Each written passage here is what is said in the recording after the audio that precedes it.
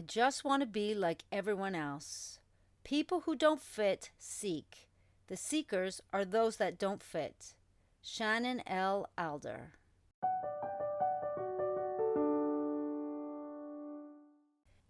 (1988, 1989). A year had flown by, and I was starting to find my groove in this once unfamiliar country. It was the last week of school, and I sat on my bed talking to Maya. We hadn't talked much in months. She wasn't working at the bar anymore, and I wasn't sure if she was even taking her exams. "What do you want to do after school? Have you decided?" I asked her. "I'm going to spend the summer partying and then go home," she replied casually. "We miss you at the bar," I said, hoping to draw her out. She shrugged her shoulders, letting the comment slide, and we shifted the conversation. "I'm going to rent an apartment with Kate," I mentioned, testing her reaction. A few days later, I packed my bags, hugged Maya goodbye, and left to meet Kate at the entrance to our new apartment. "What floor are we on?" I asked her. I hadn't been to the apartment yet. It was another South African student who was moving, and Kate had signed a sublet contract. "We're on the 7th floor," she said. "Okay, where's the elevator?" I asked her, looking around. "There isn't one," she said in a tiny voice, and smiled. "Oh my God, Kate, there isn't an elevator?" I groaned, and Kate giggled.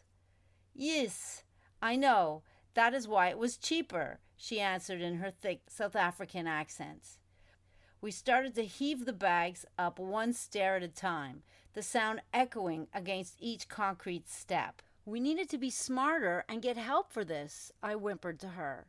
"We can do this. It won't be that bad. Stop complaining and let's go faster," she urged, her voice steady despite the physical exertion. I continued to complain in my head all the way up, thinking about moments when I could tell the story and complain to my coworkers at the bar. "The 7th floor and no elevator," I muttered, then took a deep breath and pulled the bag up another stair. After hauling the bags up to the apartment and finally settling in, unpacking, arranging the furniture, and getting everything we needed, I got used to the 7 flights of stairs.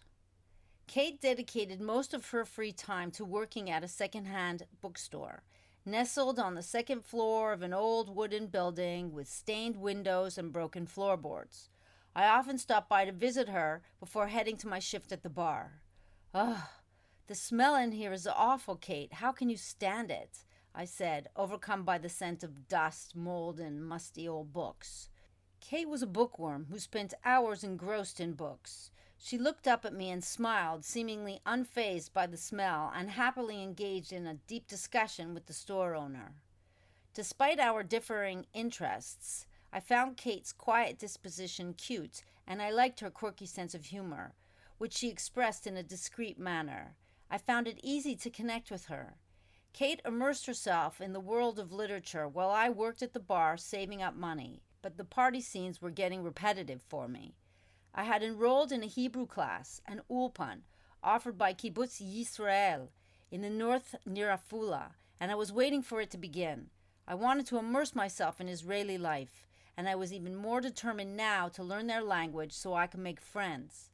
A kibbutz is a type of collective community in Israel, traditionally based on agriculture and characterized by the pooling of resources and labor. In a kibbutz, members lived and worked together, sharing ownership of property, assets, and responsibilities.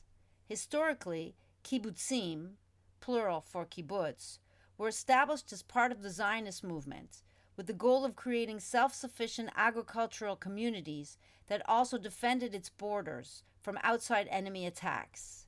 Over time, many kibbutzim evolved to include a range of industries beyond agriculture, such as manufacturing, tourism, and technology. The communal lifestyle of a kibbutz emphasizes principles of equality, cooperation, and mutual support among its members, who are called kibbutzniks. The day arrived to leave Jerusalem, and I hugged Kate goodbye. She preferred to stay and continue working at the bookstore. I took a bus from Jerusalem and got off in the Jezreel Valley, south of Afula. I looked around but didn't see anything in any direction. The bus driver pointed and assured me that I had arrived.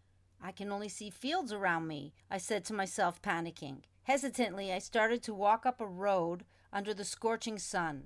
Some minutes passed that felt like an eternity until I finally arrived at the gate. Oh, thank goodness. I went in the right direction, I thought. Kibbutz Yisrael had a population of around 500 people, which was considered a relatively large community. They specialized in producing pool cleaning products exported to over 30 countries. This industry made them a wealthier community than other settlements. I studied Hebrew for half the day, and for the other half, I worked in various capacities, such as laundry, kitchen, agricultural fields, daily cow care, or fruit packaging. I found myself drawn to the stables with the horses, cows, and calves. I expressed my interest in working alongside the cowboys, who generously welcomed me into their worlds. I observed them skillfully roping in the cows with a lasso. My lack of horse riding expertise became apparent after attempting a few rides around the barn, navigating through some close calls and barely managing to stay on the horse. Ultimately, I found my niche in caring for the calves. They kept a special pen for the calves who were born sickly and couldn't suckle milk from their mother. I found it oddly gratifying to feed the ailing calves by inserting a long tube into their throats and administering milk directly into their stomachs.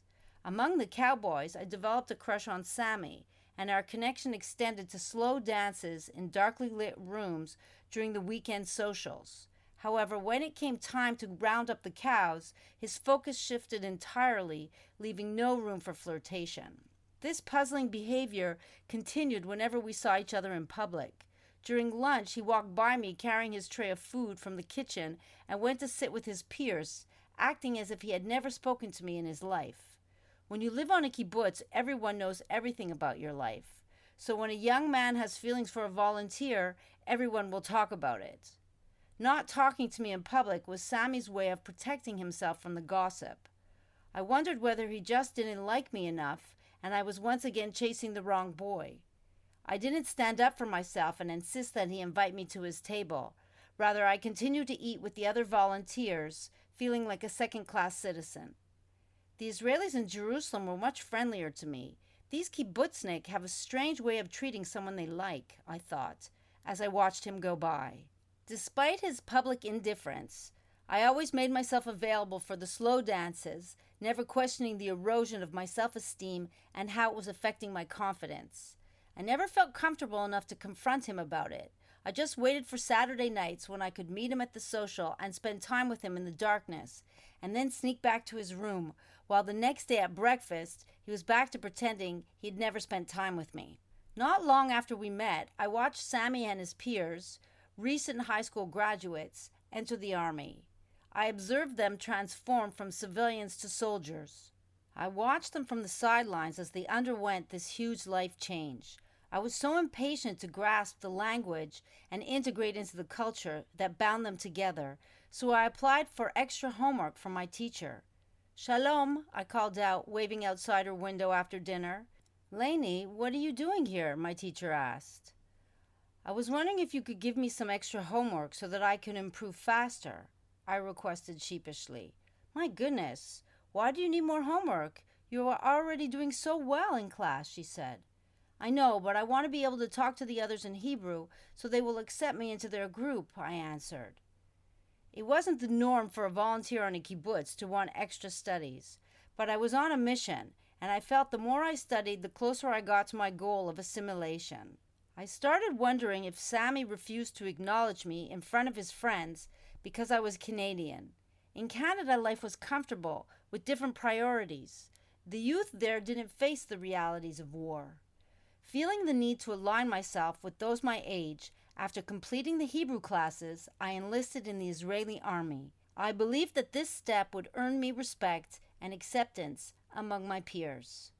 I had been in Israel for a year and a half, and with the enlistment date a few months away, I decided to go back to Canada to visit my friends and family one more time before embarking on this new phase.